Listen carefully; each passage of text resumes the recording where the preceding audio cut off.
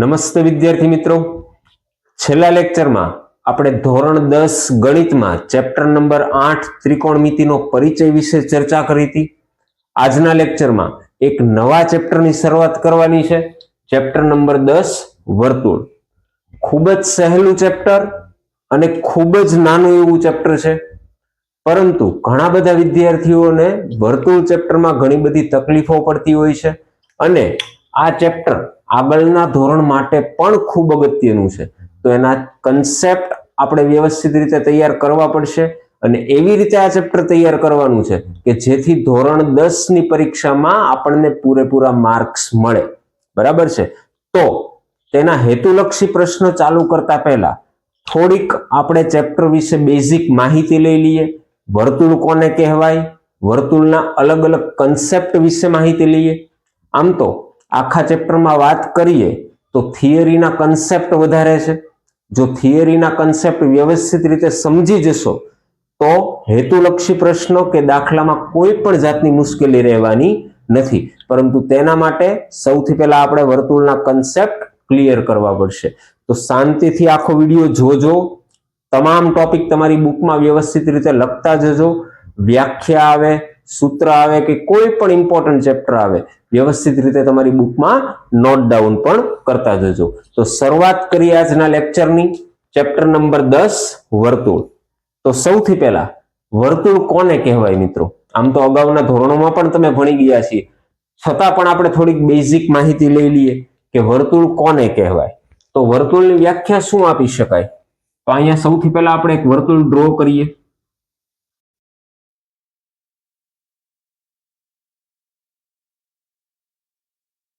બરાબર છે?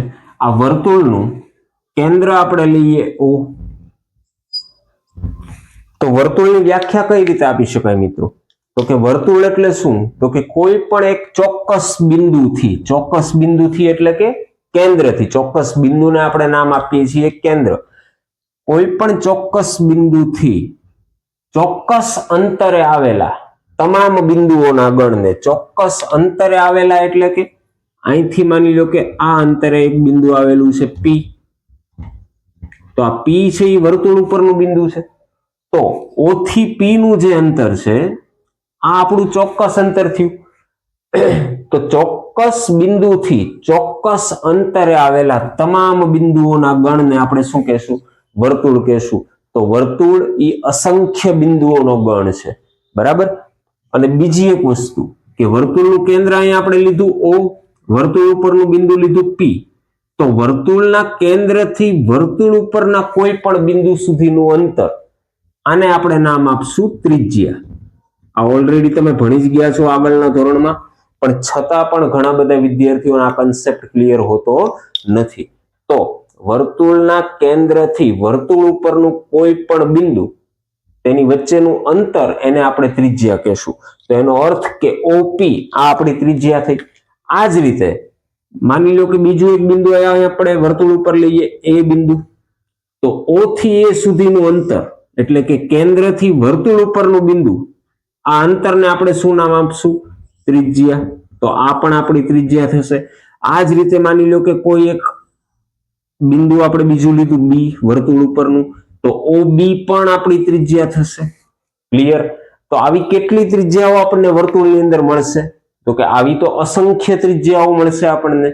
બરાબર છે? અને તમામ ત્રિજ્યાઓનું અંતર એટલે કે તમામ ત્રિજ્યાઓનું માપ પણ કેવું હશે? સમાન. ક્લિયર? તો ત્રિજ્યાનો કન્સેપ્ટ અહીંયા ક્લિયર હોવો જોઈએ. ત્રિજ્યા એટલે શું? તો કે વર્તુળના કેન્દ્રથી વર્તુળ ઉપરના કોઈ પણ બિંદુ સુધીનું અંતર, આને આપણે ત્રિજ્યા કહેશું. અને વર્તુળમાં ત્રિજ્યાઓની સંખ્યા કેટલી હોય? તો કે વર્તુળમાં ત્રિજ્યાઓની સંખ્યા અસંખ્ય હશે. ગમે એટલી ત્રિજ્યાઓ અહીંયા હોઈ શકે, પરંતુ તમામ ત્રિજ્યાઓના માપ કેવા હશે? સમાન હશે. ક્લિયર? તો સૌથી પહેલો કન્સેપ્ટ ત્રિજ્યાનો. હવે બીજો કન્સેપ્ટ સમજીએ, વર્તુળનો વ્યાસ. આ પણ તમને ખબર જ છે. વર્તુળનો વ્યાસ એટલે કે ત્રિજ્યાના ડબલ કરીએ અને જે મળે તેને આપણે વર્તુળનો વ્યાસ કહેશું. તો વર્તુળનો વ્યાસ એટલે કે ત્રિજ્યાના ડબલ, 2 ગુણ્યા ત્રિજ્યા. બરાબર છે? અહીંયા આપણે સમજીએ મિત્રો, OA આ આપણી ત્રિજ્યા હતી. હવે માની લ્યો કે બીજો એક રેખાખંડ દોરો અહીંયા, અને આને આપણે નામ આપીએ ક્યુ બિંદુ. તો જેવી રીતે ઓ એ આપણી ત્રિજ્યા થાય છે, તે જ રીતે ઓ ક્યુ પણ આપણી ત્રિજ્યા થશે. બરાબર છે? ઓ એ એક ત્રિજ્યા છે, તેવી જ રીતે ઓ ક્યુ પણ આપણી ત્રિજ્યા છે. હવે વાત કરીએ જો આખો રેખાખંડ AQ, તો આખો રેખાખંડ જે AQ છે એટલે કે ટોટલ 2 વખત ત્રિજ્યા ભેગી થાય છે, તો આ AQ એ આપણો વ્યાસ થશે. એટલો અર્થ કે ત્રિજ્યાના ડબલ કરીએ તો આપણને શું મળશે? વ્યાસ મળશે. ક્લિયર? બીજી એક વસ્તુ સમજીએ. વ્યાસની વ્યાખ્યા બીજી રીતે પણ આપી શકાય. વ્યાસ એટલે વર્તુળની સૌથી મોટામાં મોટી જીવા. વ્યાસ એટલે વર્તુળની મોટામાં મોટી જીવા. આને પણ આપણે વ્યાસ કહીએ છીએ. તો અહીંયા એક નવો કન્સેપ્ટ આવ્યો, વર્તુળની જીવા. તો વર્તુળની જીવા વિશે માહિતી લઈએ કે વર્તુળની જીવા કોને કહેવાય. તો એના માટે આપણે અહીંયા પાછું એક વર્તુળ દોરીએ.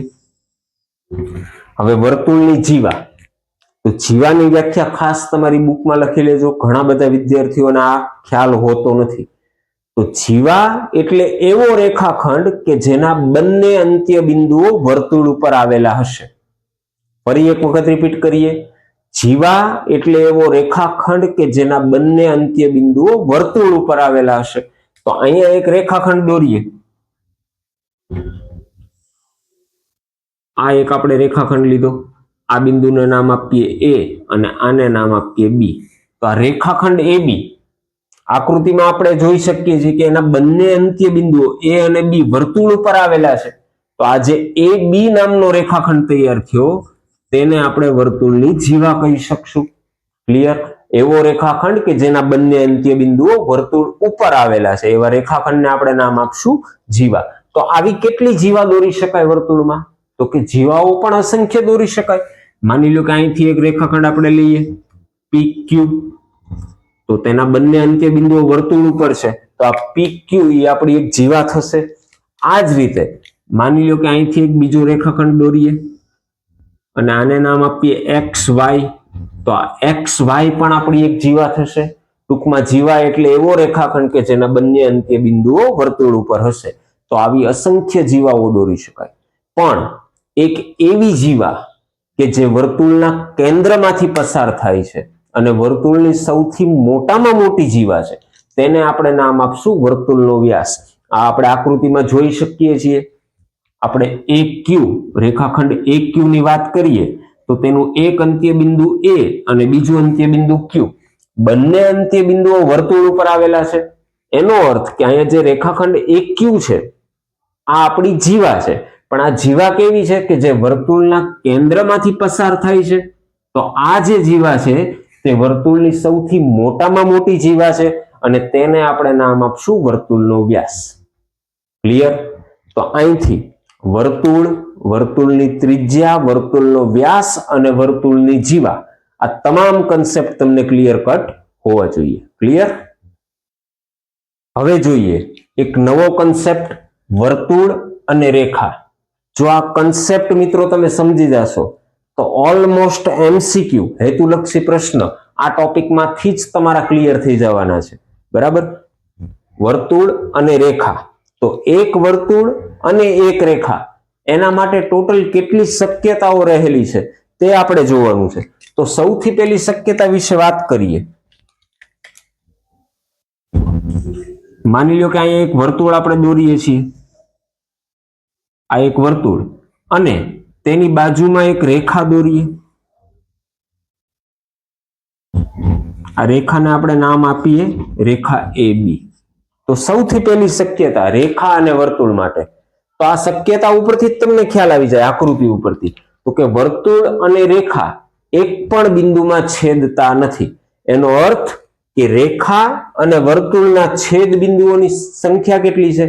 0.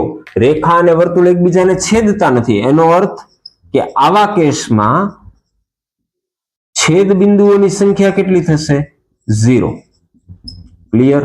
તો વર્તુળ અને રેખા માટે સૌથી પહેલી શક્યતા કે વર્તુળ અને રેખા એક પણ બિંદુમાં છેદતા નથી. એનો અર્થ કે રેખા એ વર્તુળના બહારના ભાગમાંથી પસાર થાય છે. જો રેખા એ વર્તુળના બહારના ભાગમાંથી પસાર થાય તો રેખા અને વર્તુળના છેદ બિંદુઓની સંખ્યા કેટલી થશે? 0. ક્લિયર? બીજી શક્યતા વિશે વિચારીએ તો બીજી શક્યતા એવી પણ થઈ શકે, માની લો કે આ એક વર્તુળ છે, તો જેવી રીતે પહેલી શક્યતામાં આપણે લીધું કે રેખા છે એ વર્તુળના બહારના ભાગમાંથી પસાર થાય છે, બીજી શક્યતામાં આપણે લઈએ કે રેખા એ વર્તુળના અંદરના ભાગમાંથી પસાર થાય છે. જો રેખા એ વર્તુળના અંદરના ભાગમાંથી પસાર થાય તો અહીંયા આપણે જોઈ શકીએ મિત્રો કે રેખા અને વર્તુળ ટોટલ કેટલા બિંદુઓમાં ભેગા થાય છે? તો 2 બિંદુઓમાં ભેગા થાય છે.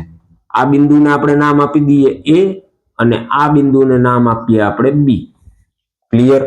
તો આ પ્રકારના કેસમાં કે જ્યારે રેખા વર્તુળના અંદરના ભાગમાંથી પસાર થાય છે તો રેખા વર્તુળને 2 બિંદુમાં છેદે છે અને આમાં આ રેખાને વર્તુળની છેદિકા એવું નામ આપવામાં આવે છે. તો આ રેખાને આપણે શું કહેશું?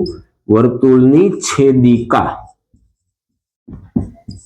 આ એક તમારો હેતુલક્ષી પ્રશ્ન છે, બેઠે બેઠો પ્રશ્ન બોર્ડની પરીક્ષામાં પૂછાય છે. એવી રેખા કે જે વર્તુળને 2 બિંદુઓમાં છેદે છે તેને વર્તુળની છેદિકા કહેવામાં આવે છે. તમારી બુકમાં વ્યાખ્યા પણ લખતા જજો, આકૃતિ પણ ડ્રો કરજો. આકૃતિ ઉપરથી જ આપણે કન્સેપ્ટ સમજવાનો છે. એવી રેખા કે જે વર્તુળને 2 બિંદુઓમાં છેદે છે, એવી રેખા કે જે વર્તુળના અંદરના ભાગમાંથી પસાર થાય છે, તો છેદ બિંદુઓની સંખ્યા કેટલી છે? 2. તો આ પ્રકારના કેસમાં આ રેખાને આપણે નામ આપશું છેદિકા અને છેદ બિંદુઓની સંખ્યા કેટલી? 2. A અને B. ક્લિયર? તો આ એક તમારો હેતુલક્ષી પ્રશ્ન થઈ ગયો. હવે ત્રીજી શક્યતા વિશે વિચારીએ તો ત્રીજી શક્યતા માટે આપણે એક વર્તુળ ડ્રો કરીએ. અહીંયા પહેલી શક્યતામાં આપણે એવું લીધું કે રેખા એ વર્તુળની બહારના ભાગમાંથી પસાર થાય છે. બીજી શક્યતામાં રેખા એ વર્તુળના અંદરના ભાગમાંથી પસાર થાય છે, એટલે કે 2 છેદ બિંદુઓ છે. અને ત્રીજી શક્યતામાં આપણે લઈએ છીએ કે રેખા એ વર્તુળને એક અને માત્ર એક બિંદુમાં સ્પર્શે છે. અહીંયા તમે આકૃતિ ઉપરથી પણ જોઈ શકો છો, રેખા અને વર્તુળના છેદ બિંદુની સંખ્યા કેટલી છે? 1 અને માત્ર 1. તો રેખા વર્તુળને અહીંયા એક બિંદુમાં છેદે છે, P બિંદુમાં, અને આ પ્રકારના કેસમાં આવી રેખાને આપણે વર્તુળનો સ્પર્શક કહીએ છીએ. તો અહીંથી એક ઇમ્પોર્ટન્ટ કન્સેપ્ટ આવે છે, વર્તુળનો સ્પર્શક. અને લગભગ દર વર્ષે બોર્ડની પરીક્ષામાં સ્પર્શકના પ્રશ્નો પૂછાય જ છે. તો સૌથી પહેલા સ્પર્શકની વ્યાખ્યા લખી લ્યો, આકૃતિ ડ્રો કરી લ્યો. સ્પર્શક એટલે શું?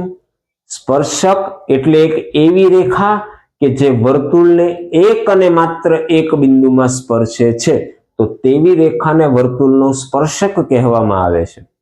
ફરી એક વખત રિપીટ કરીએ, સ્પર્શક એ એક એવી રેખા છે કે જે વર્તુળને એક અને માત્ર એક બિંદુમાં છેદે છે. ક્લિયર? અને આ રેખા એટલે કે સ્પર્શક વર્તુળને જે બિંદુમાં છેદે તે બિંદુને સ્પર્શ બિંદુ એવું નામ આપવામાં આવે છે. રેખા વર્તુળને જે બિંદુમાં છેદે એટલે કે P બિંદુમાં છેદે છે, તો P બિંદુ એ આપણું સ્પર્શ બિંદુ થશે. અને જે આખી રેખા છે એ રેખાને નામ શું આપશું આપણે? સ્પર્શક. તો અહીંથી ઘણા બધા ઇમ્પોર્ટન્ટ કન્સેપ્ટ તમારા નીકળે છે મિત્રો. સૌથી પહેલો MCQ કે સ્પર્શક વર્તુળને કેટલા બિંદુઓમાં છેદે છે? તો જવાબ આવશે 1 અને માત્ર 1. બરાબર છે? બીજી એક વસ્તુ વિચારીએ કે અહીંયા આપણે એક સ્પર્શક દોર્યો, વર્તુળને આવા કેટલા સ્પર્શકો દોરી શકાય? વિચારો તો મિત્રો. આ P બિંદુ છે, વર્તુળ ઉપર આવેલું બિંદુ છે, તો ત્યાંથી આપણે એક સ્પર્શક દોર્યો, તો વર્તુળ ઉપર આવા કેટલા સ્પર્શકો દોરી શકાય? તો વર્તુળ છે એ અસંખ્ય બિંદુઓનો ગણ છે. એનો અર્થ કે વર્તુળ ઉપર અસંખ્ય બિંદુઓ આવેલા હશે. જેટલા બિંદુઓ આવેલા હોય એટલા સ્પર્શક દોરી શકાય. એનો અર્થ કે વર્તુળ ઉપર અસંખ્ય સ્પર્શકો દોરી શકાય છે. આપણે ટ્રાય પણ કરીએ. માની લો કે આ એક બિંદુ આવેલું છે, આ બિંદુને આપણે નામ આપીએ ક્યુ. તો ક્યુ બિંદુએથી સ્પર્શક ડ્રો કરવો હોય તો અહીંથી એક રેખા દોરીએ તો આપણે જોઈ શકીએ કે આ જે રેખા છે તે વર્તુળને એક જ બિંદુમાં છેદે છે, ક્યુ બિંદુમાં. બરાબર. ફરી વખત એક રેખા દોરીએ તો આ રેખાને પણ આપણે સ્પર્શક એવું નામ આપી શકીએ, વર્તુળને એ બિંદુમાં છેદે છે. તો ખ્યાલ આવી ગયો હશે તમને કે વર્તુળને આવા કેટલા સ્પર્શકો દોરી શકાય. તો વર્તુળ ઉપર જેટલા બિંદુઓ આવેલા છે તેટલા સ્પર્શકો દોરી શકાય, એટલે કે વર્તુળને અસંખ્ય સ્પર્શકો દોરી શકાય. આ ક્વેશ્ચન પણ બોર્ડની પરીક્ષામાં અવારનવાર રિપીટ થઈ ગયો છે કે વર્તુળને કેટલા સ્પર્શકો દોરી શકાય. તો વર્તુળને અસંખ્ય સ્પર્શકો દોરી શકાય. ક્લિયર? હજી એક નવો કોન્સેપ્ટ સમજીએ. માની લો કે અહીં એક વર્તુળ દોરેલું છે. હવે બોર્ડની પરીક્ષામાં એક પ્રશ્ન એવો પણ પૂછાય છે કે વર્તુળને કેટલા સમાંતર સ્પર્શકો દોરી શકાય. તો સમાંતર સ્પર્શકો એટલે શું મિત્રો? તો એના માટે તમને ખ્યાલ હોવો જોઈએ સમાંતર રેખાઓનો. સમાંતર રેખાઓ એટલે શું? તો કે એવી બે રેખા કે જે એકબીજાને ક્યારેય છેદશે નહીં, આવી બે રેખાઓને શું કહેવાય? સમાંતર રેખાઓ. તો વિચારો તો આ વર્તુળને કેટલા સમાંતર સ્પર્શકો દોરી શકાય. માની લો કે એક સ્પર્શક હું અહીંયા આવી રીતે દોરું છું.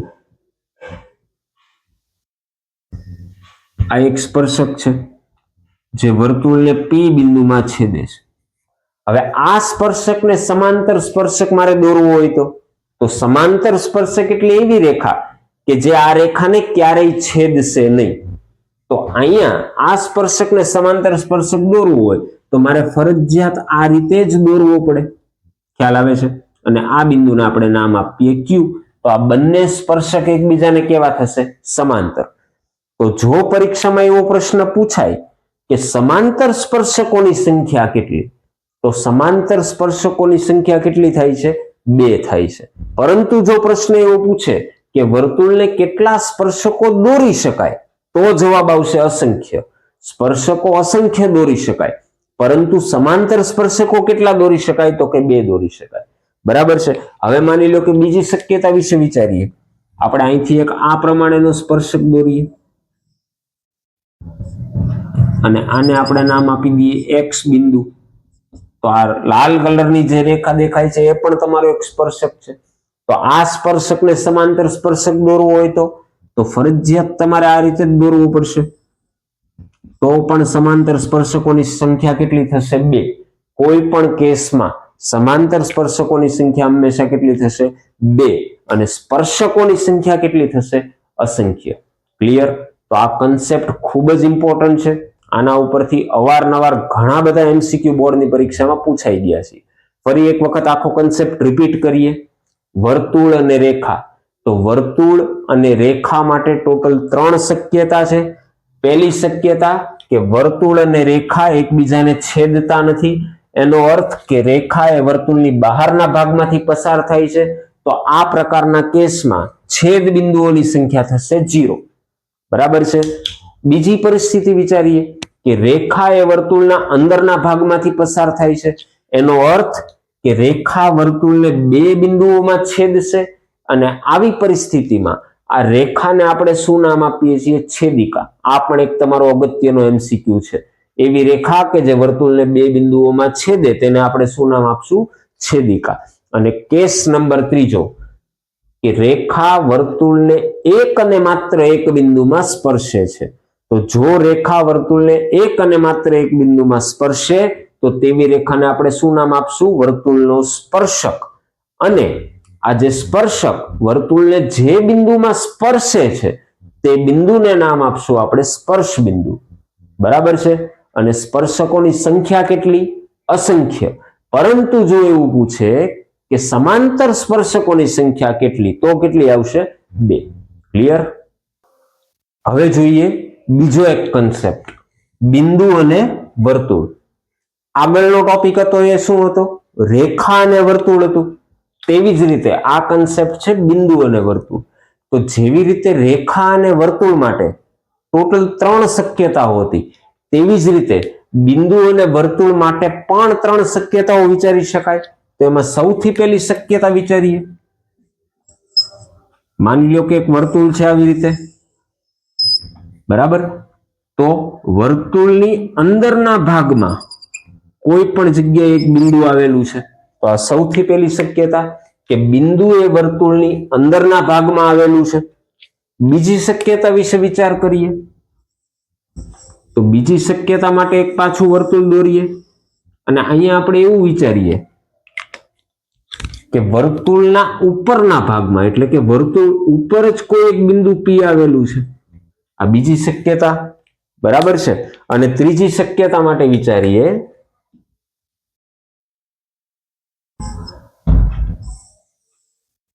કે કોઈ એક બિંદુ છે વર્તુળની બહારના ભાગમાં આવેલું છે. તો બિંદુ અને વર્તુળ માટે ટોટલ 3 શક્યતાઓ છે. શક્યતા નંબર પહેલી, બિંદુ એ વર્તુળની અંદરના ભાગમાં આવેલું છે. શક્યતા નંબર બીજી કે બિંદુ એ વર્તુળ ઉપર આવેલું છે. અને શક્યતા નંબર ત્રીજી કે બિંદુ એ વર્તુળની બહારના ભાગમાં આવેલું છે. તો પહેલી શક્યતા માટે વિચારીએ મિત્રો કે માની લો કે કોઈ એક બિંદુ વર્તુળની અંદરના ભાગમાં આવેલું છે. તો આ બિંદુમાંથી વર્તુળને કેટલા સ્પર્શકો દોરી શકાય?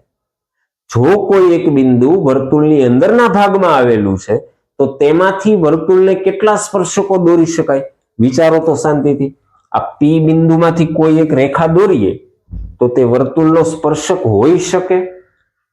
તો આપણે ટ્રાય કરીએ. માની લો કે આપણે P બિંદુમાંથી એક રેખા આ રીતે દોરીએ છીએ. તો P બિંદુમાંથી કોઈ એક રેખા દોરીએ તો તે વર્તુળને 2 બિંદુઓમાં છેદે છે. એનો અર્થ કે અહીંયા આપણે સ્પર્શકો દોરી શકતા નથી.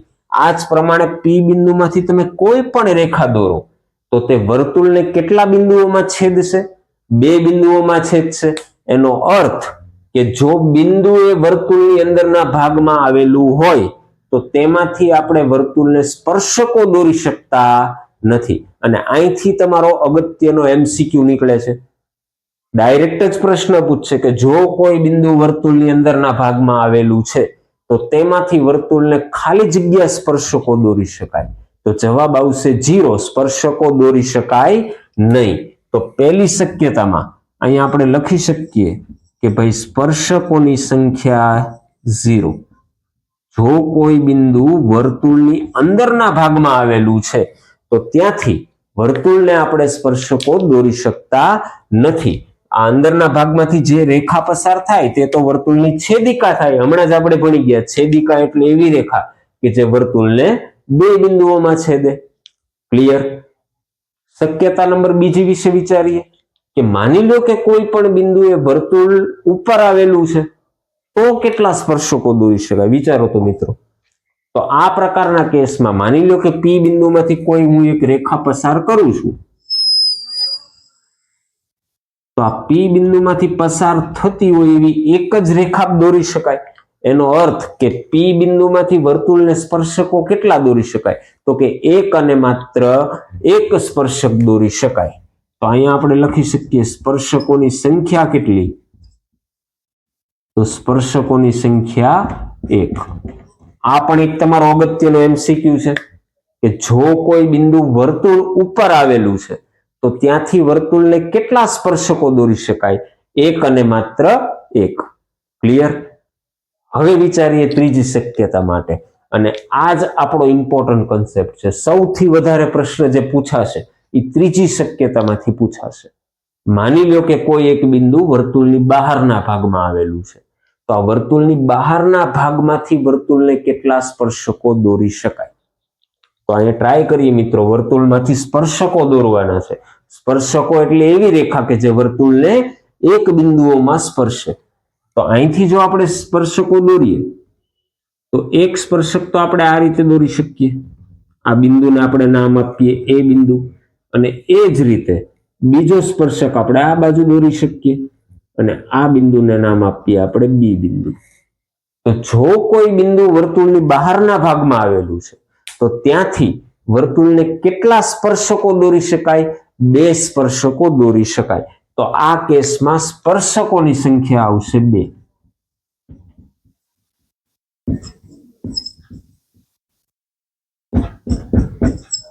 ક્લિયર? જો કોઈ બિંદુ વર્તુળની બહારના ભાગમાં આવેલું છે તો સ્પર્શકો કેટલા દોરી શકાય?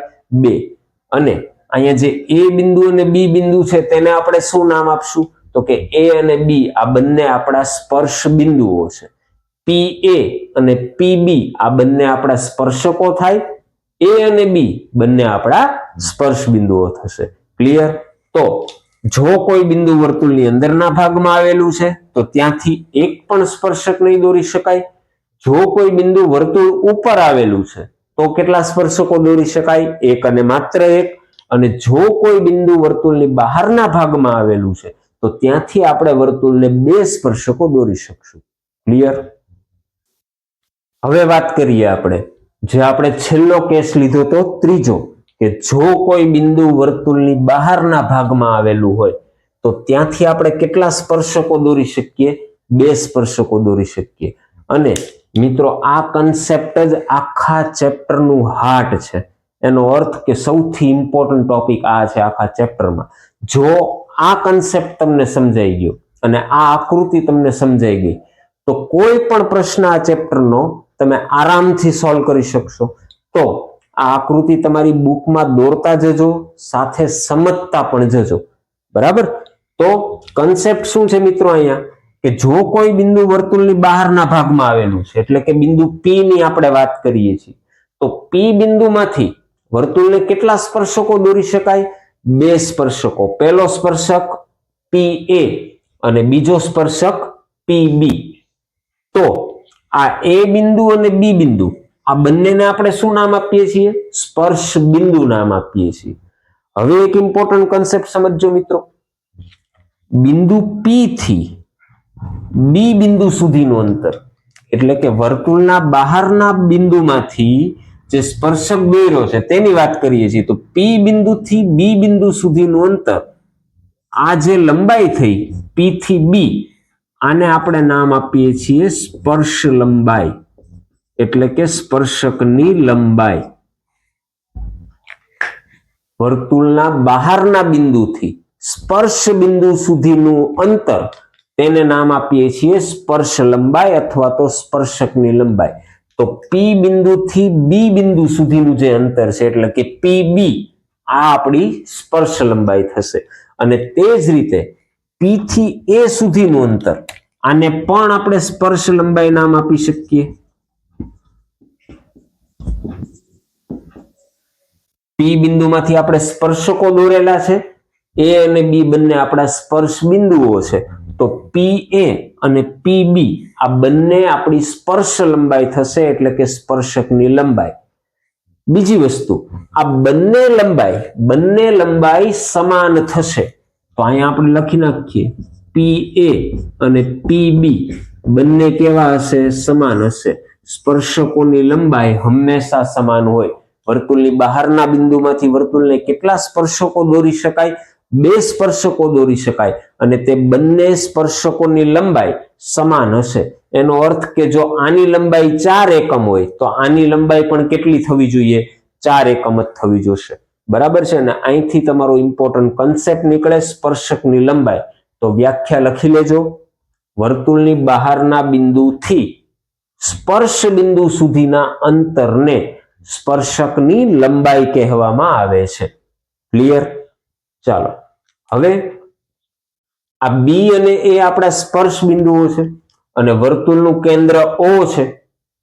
તો આપણે જો આ O બિંદુને A અને B ની સાથે જોડી દઈએ તો શું થાય મિત્રો? વિચારો તો. આ O અને B બિંદુને મેં બંનેને જોડી દીધા, તે જ રીતે O અને A ને જોડી દઉં તો આ O છે એ વર્તુળનું કેન્દ્ર છે, B એ વર્તુળ ઉપરનું બિંદુ છે. તો વર્તુળના કેન્દ્રથી વર્તુળ ઉપરના કોઈ પણ બિંદુ સુધીનું અંતર, આને આપણે શું કહીએ છીએ? ત્રિજ્યા. તો આ કન્સેપ્ટ પણ આપણો ક્લિયર હોવો જોઈએ.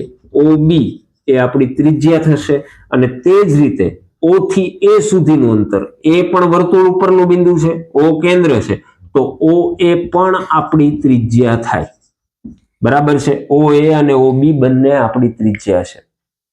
તો અહીંથી બીજી એક વસ્તુ નોંધમાં લખી લેજો. વર્તુળનો સ્પર્શક, આ જે PB છે તે વર્તુળનો સ્પર્શક છે અને OB આપણી ત્રિજ્યા છે. વર્તુળનો સ્પર્શક સ્પર્શ બિંદુમાંથી દોરેલી ત્રિજ્યાને હંમેશા લંબ હોય છે. એક ઇમ્પોર્ટન્ટ થિયરમ છે, પ્રમેય છે, તમારી બુકમાં લખી લેજો. વર્તુળનો સ્પર્શક સ્પર્શ બિંદુમાંથી દોરેલી ત્રિજ્યાને હંમેશા લંબ હોય છે. તો અહીં આપણે લખી શકીએ પીબી, જે રેખા પીબી છે આપણો સ્પર્શક છે, અને ઓબી રેખાખંડ ઓબી આ આપણી ત્રિજ્યા છે. આ બંને એકબીજાને કેવા હશે? લંબ.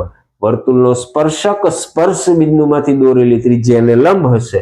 એનો અર્થ લંબ હશે એટલે કે ત્યાં કાટખૂણો બનશે, અને કાટખૂણો એટલે કે 90 ડિગ્રીનો ખૂણો બનશે. તો આ જે બી ખૂણો છે, બી ખૂણા પાસે કાટખૂણો બનશે એટલે કે આ ખૂણાનું માપ 90 ડિગ્રી થશે. બરાબર. તો આ પણ એક ઇમ્પોર્ટન્ટ કન્સેપ્ટ છે તમારો. તે જ રીતે વાત કરીએ તો આ પી એ પણ આપણો એક સ્પર્શક છે અને ઓ એ આપણી ત્રિજ્યા છે. તો સ્પર્શક અને ત્રિજ્યા હંમેશા એકબીજાને કેવા હોય? લંબ હશે. તો અહીંથી પણ આપણે લખી શકીએ રેખા પી એ ત્રિજ્યા ઓ એ ને કેવું હશે? લંબ હશે. તો આ સ્પર્શક અને ત્રિજ્યા બંને એકબીજાને લંબ, એનો અર્થ કે આ ખૂણો પણ કેવો હશે? કાટખૂણો હશે. ક્લિયર? તો બી ખૂણો અને એ જ રીતે નીચે એ ખૂણો, આ બંને કાટખૂણા હશે. અને આ જે આકૃતિ છે મિત્રો, આ આકૃતિ પણ ખાસ તમારે યાદ રાખવાની છે કે કોઈ પણ ક્વેશ્ચનમાં જો આવી આકૃતિ બને છે તો આ ઉપરનો ખૂણો અને નીચેનો ખૂણો બંને કેટલા ડિગ્રીના હશે? 90 ડિગ્રીના હશે. ક્લિયર? બીજી એક વસ્તુ સમજીએ મિત્રો. આખી આકૃતિમાં તમને દેખાતું હશે, આપણે વાત કરીએ પી બી ઓ એ. તો પી બી ઓ એ આકૃતિ જો તમે જોશો તો તમને અહીંયા એક ચતુષ્કોણ દેખાશે. પી બી ઓ એ આખો એક ચતુષ્કોણ તમને દેખાશે, 4 ખૂણા વાળો. તો આ જે ચતુષ્કોણ છે આનું પણ એક નામ છે, ખાસ લખી લેજો તમારી બુકમાં. ચતુષ્કોણ પી બી ઓ એ. આ જે ચતુષ્કોણ છે તેનું નામ થશે ચક્રીય ચતુષ્કોણ. ખાસ ધ્યાનથી તમારી બુકમાં લખી લેજો. અને આ નામ પણ તમને કોઈ બુકમાં જોવા નહીં મળે તે પણ મારી ગેરંટી.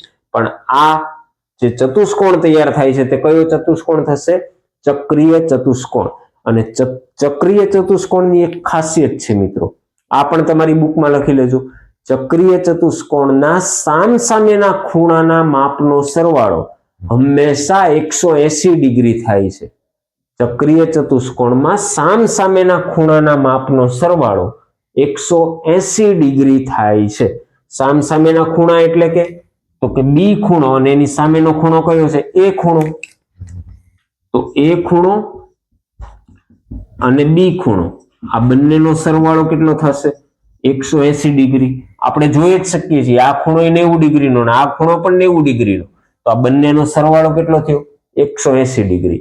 આ જ રીતે પી ખૂણો અને ઓ ખૂણો, માપ ખૂણો પી અને માપ ખૂણો ઓ, આ બંને પણ સામસામેના ખૂણા છે.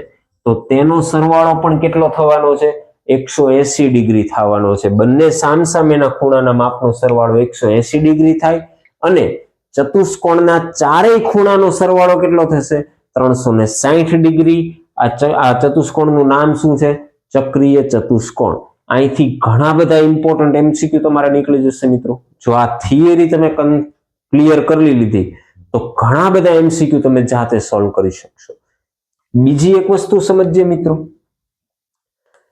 કે હવે જો હું આ પી બિંદુ અને ઓ બિંદુ બંનેને જોડી દઉં, પહેલા તો એ સમજીએ. માની લો કે પી ખૂણાનું માપ તમને આપેલું હોય 110 ડિગ્રી. અહીંયા આપણે લખી નાખીએ આ ખૂણો કેટલાનો છે? 110 ડિગ્રી. આ એક આપણે એમસીક્યુ સોલ્વ કરતા જઈએ જાતે કે માની લો કે પી ખૂણાનું માપ 110 ડિગ્રી આપેલું છે, તો ઓ ખૂણાનું માપ કેટલું થઈ જશે? વિચારો તો. સામસામેના ખૂણાનો સરવાળો કેટલો હોય? 180 ડિગ્રી. તો જો આનું માપ 110 થઈ જાય તો આનું માપ કેટલો થાય? 180 માંથી 110 બાદ કરી દો તો આ ખૂણાનું માપ થઈ જશે 70 ડિગ્રી. ક્લિયર? એક તો આ કન્સેપ્ટ ક્લિયર રાખો. બીજી વસ્તુ કે જો આપણે પી બિંદુ અને ઓ બિંદુને જોડી દઈએ, પી અને ઓ ને જોડતી જો એક રેખા આપણે આવી રીતે બનાવીએ તો આ જે રેખા થાય છે ઓપી, આ ઓપી ને આપણે ખૂણાનો દ્વિભાજક કહીએ છીએ. આ ઓપી એ શું થશે? ખૂણાનો દ્વિભાજક. અહીંયા આપણે લખીએ ખૂણાનો દ્વિભાજક. ખૂણાનો દ્વિભાજક એટલે શું? તો કે આ જે રેખા છે ઓપી તે ખૂણાના બે સમાન ભાગ કરી દેશે, એટલે એને આપણે નામ આપીએ છીએ દ્વિભાજક. તો હવે આનો અર્થ સમજો તો મિત્રો, પહેલા આખો ખૂણો કેટલા ડિગ્રીનો હતો? 110 ડિગ્રીનો હતો. એટલે આપણે વાત કરીએ છીએ ખૂણો BPA. આ જે આખો ખૂણો છે એ 110 ડિગ્રી થાય. પણ અહીંથી આપણે જો એક રેખા દોરી નાખીએ તો જે ખૂણો હવે અહીંયા બને છે BPO, આ અડધો ખૂણો ઉપરનો BPO, તો આ ખૂણો કેટલા ડિગ્રીનો થઈ જશે? આ 110 નો અડધો થઈ જશે. એટલે કે આ ખૂણો 55 ડિગ્રીનો હશે અને તે જ પ્રમાણે આ જે નીચેનો ખૂણો છે OPA, આ ખૂણો પણ 55 ડિગ્રીનો થઈ જશે. ક્લિયર? અને સેમ વસ્તુ અહીંયા પણ થશે. અહીંયા આપણને BOA આખો ખૂણો 70 ડિગ્રીનો મળતો હતો, પણ આ રેખા દોરવાથી એટલે કે દ્વિભાજક દોરવાથી આ જે ઉપરનો ખૂણો છે BOP, આ BOP 70 નો અડધો એટલે કે 35 ડિગ્રી થઈ જશે. અને તે જ પ્રમાણે આ જે નીચેનો ખૂણો તૈયાર થાય છે તે પણ 35 ડિગ્રીનો થઈ જશે. અને બોર્ડની પરીક્ષામાં અવારનવાર પ્રશ્નો આવી આકૃતિ ઉપર પૂછાશે. તો જો આ આકૃતિ તમને ક્લિયર થઈ ગઈ તો કોઈ પણ પ્રશ્ન તમે જાતે સોલ્વ કરી શકશો. ક્લિયર? તો આજના લેક્ચરમાં આખા ચેપ્ટરની થિયરી આપણે લઈ લીધી મિત્રો.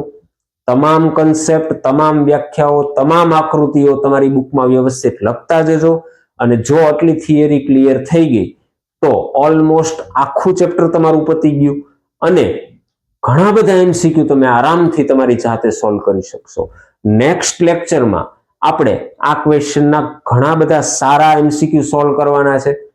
સહેલાથી લઈને અઘરા સુધીના તમામ MCQ આપણે સોલ્વ કરવાના છે. પણ તેની પહેલા આજનો લેક્ચર આખો વ્યવસ્થિત લખી લ્યો, તમારી બુકમાં પણ એને લખી લ્યો, તૈયાર કરી લ્યો અને ત્યાર પછી નેક્સ્ટ લેક્ચરના આપણે MCQ સોલ્વ કરશું. Thank you.